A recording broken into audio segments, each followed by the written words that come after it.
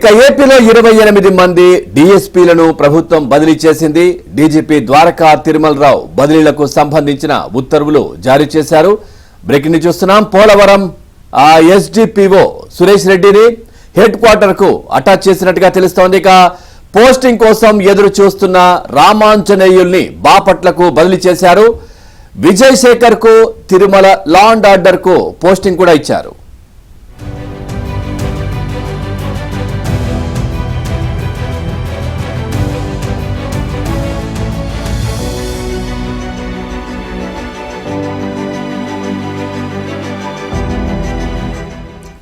చూస్తున్నాం. ఏపీలో 28 మంది డీఎస్పీలను ప్రభుత్వం బదిలీ చేసింది. డీజీపీ ద్వారకా తిరుమలరావు బదిలీలకు సంబంధించిన ఉత్తర్వులు జారీ చేశారు.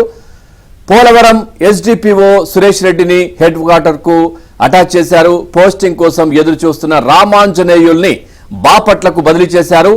విజయ్ శేఖర్ కు తిరుమల లా అండ్ ఆర్డర్ కు పోస్టింగ్ ఇచ్చారు. ఇక ఇదే విషయానికి సంబంధించి మరింత సమాచారాన్ని మా కరెస్పాండెంట్ పూర్ణ అందిస్తారు. పూర్ణ, పూర్తి డీటెయిల్స్ ఏంటి 28 మంది డీఎస్పీల బదిలీలకు సంబంధించి?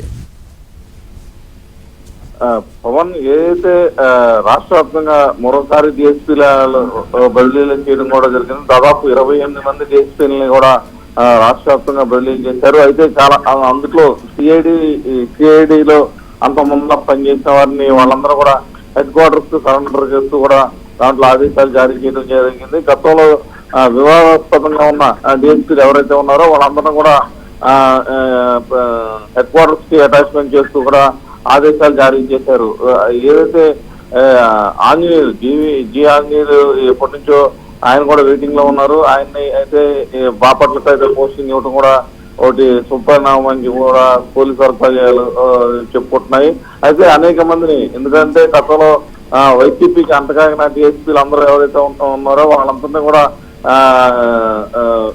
హెడ్ క్వార్టర్స్ కి రిపోర్ట్ చేయాలంటూ కూడా ఈ ఆదేశాలు పేర్కొన్నారు. గతంలో కొంతమంది డిఎస్పీలను బదిలీ చేశారు. అప్పుడు కూడా అంటే దాంట్లో కూడా ఏదైతే సిఐడి విభాగంలో పనిచేసిన చాలా మందిని డిఎస్పీలు అందరినీ కూడా హెడ్ క్వార్టర్స్ సరెండర్ చేస్తూ కూడా ఆదేశాలు జారీ చేయడం జరిగింది. ఇప్పుడు కూడా దాదాపు మొత్తం కూడా 28 మంది డిఎస్పీలను బదిలీ చేయడం కూడా జరిగింది. ఈ 28 మందిలో దాదాపు ప్రధానంగా సిఐడిలో ఎవరైతే పనిచేశారో వాళ్ళందరూ కూడా ఇటు పోలీస్ హెడ్ క్వార్టర్స్ సరెండర్ చేస్తూ కూడా మొత్తం కూడా ఆదేశాలు ద్వారకా తిరుమలరావు జారీ చేయడం కూడా జరిగింది. ఇవన్నీ కూడా ఇప్పుడున్న పరిస్థితి చూస్తే కనుక మొత్తం ఒక సమర్థవంతమైన ఆఫీసర్లు అయితే మొత్తం కూడా రాష్ట్ర వ్యాప్తంగా అన్ని చోట్ల డిఎస్పీలుగా నియమించడం కూడా జరిగిందని చెప్పి కూడా అటు ప్రభుత్వం భావిస్తుంది. ఈ నేపథ్యంలోనే అన్ని చోట్ల కూడా ఏదైతే వాళ్ళ పనితీరు బాగుంది అనుకున్న వారినే అక్కడ సంబంధిత ప్రాంతాల్లో వారికి డిఎస్పీ పోస్టింగ్ లో కూడా ఇవ్వటం జరిగిందని కూడా టీడీపీ వర్గాలు అయితే చెప్తున్న పరిస్థితి నెలకొంది. పవన్, పూర్ణ, అట్లాగే ద్వారకా తిరుమలరావుకి సంబంధించి కూడా అంటే చాలా వివాదాస్పద అధికారి అంటూ కూడా చాలా ఇంతకాలం కూడా పోస్టింగ్ అయితే పక్కన పెట్టిన పరిస్థితి. కానీ ప్రస్తుతం ఏంటి ఆయన సిచ్యువేషన్ ఏంటి? ఆయనకు కూడా ఇచ్చినట్టుగా తెలుస్తోంది. అంటే ఎవరైతే సమర్థవంతంగా ఉండి ఇప్పటి వరకు లూప్ లైన్ లో ఉన్నారో వాళ్ళందరూ కూడా ఇప్పుడు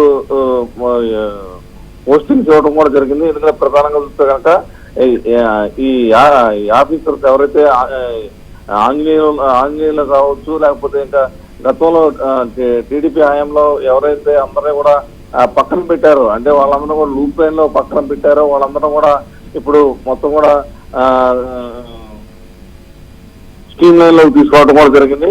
ఏదైతే ప్రధానంగా డిఎస్పీల విషయంలో చూస్తే కనుక అప్పుడు కేవలం వైసీపీకి అనుకూలంగా ఉన్న వారినే ఉండాలంటూ కూడా మొత్తం కూడా అప్పుడు కొంత ఒత్తిడి తీసుకొచ్చిన నేపథ్యంలో మొత్తం కూడా వైసీపీకి అనుకూలంగా పనిచేసే వారినే వాళ్ళు మొత్తం కూడా పోస్టింగ్స్ ఇవ్వడం కూడా జరిగింది. ఎవరైతే వైసీపీకి వ్యతిరేకంగా పనిచేయలేదో, ఎవరైతే విధులు సక్రమంగా నిర్వహిస్తూ వాళ్ళు తమ విధులు నిర్వహించారో వాళ్ళందరూ కూడా పక్కన పెడతాం కూడా జరిగింది.